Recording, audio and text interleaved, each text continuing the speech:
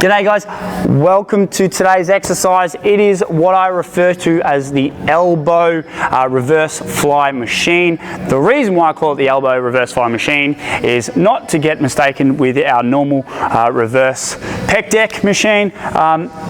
All we're doing with this one is we're generating force through our elbows to push this aside. Our hands pretty much play no role in this exercise, which is why I label it the elbow reverse fly. If you have a better name for it, please let me know, because, well, that's all I can come up with. Anyway, so how do we go about hitting this exercise? Well, the first thing we need to understand with our rear delts and that particular chain of muscles is that, firstly, obviously, they're the upper portion of the back, but secondly, they are minor muscles, okay? And why is that important? Because our minor muscles are really designed to create stability.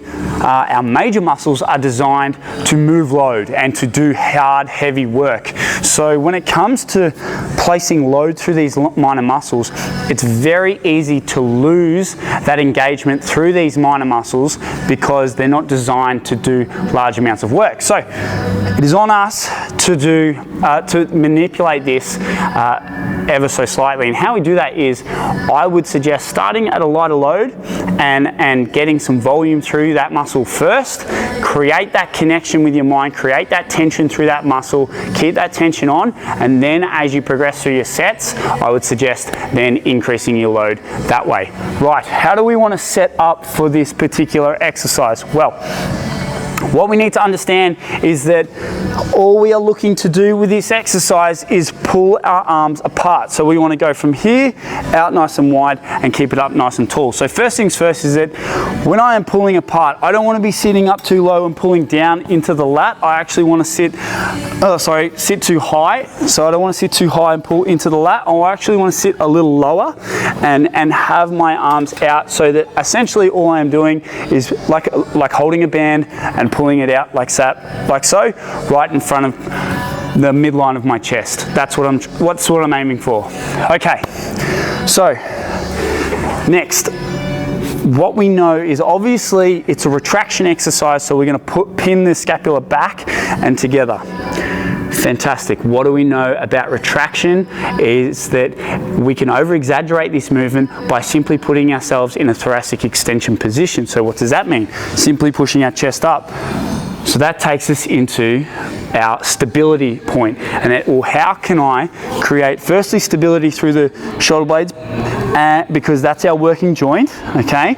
And then also create thoracic extension. Well, that's easy. We pull our lats back and down, and we create a flat back. What we can also do, which is what powerlifters do, is place our feet all the way behind us. So instead of sitting in a rounded off position like this and trying to hit those minor muscles, what I suggest you do is actually place your feet behind you, pull your shoulder blades back and down, and stand up tall. Now you can see how much I'm already in a thoracic extension position and how much easier it is for me to create retraction through the scapula.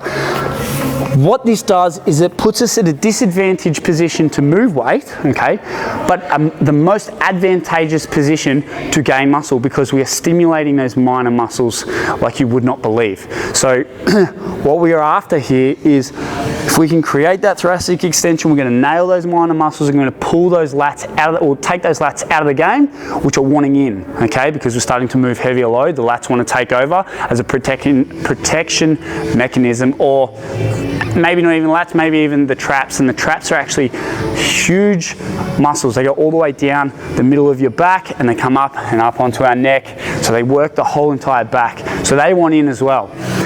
So we're going to take this out. Now, my next tip for you also is that if you want to over-exaggerate those the rear delt muscles, what I suggest you do is, instead of coming in and having your hands like this and pulling apart, I would suggest that you put your hands in a pronated grip. So for those who don't know, supinated, like you're holding like you're holding the bar underneath or holding a bowl underneath, so supination, and then pronation is over the top, and obviously the opposite of supination, okay? So it's over the top. Things like lat pull downs, chin ups with your hands over the top, wide grip chin ups are a good example of pronation exercises.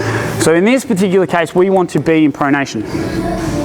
So setting up, I'm I'm going to place my feet behind my backside, and it's pretty much a comfort thing. So just manipulate the chair. You could almost not do this with the chair. You can suspend yourself like I am in the air.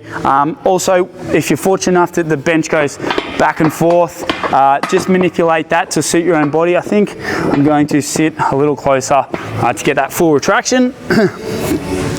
So again, and we're aiming to start in the midline or in line with our chest.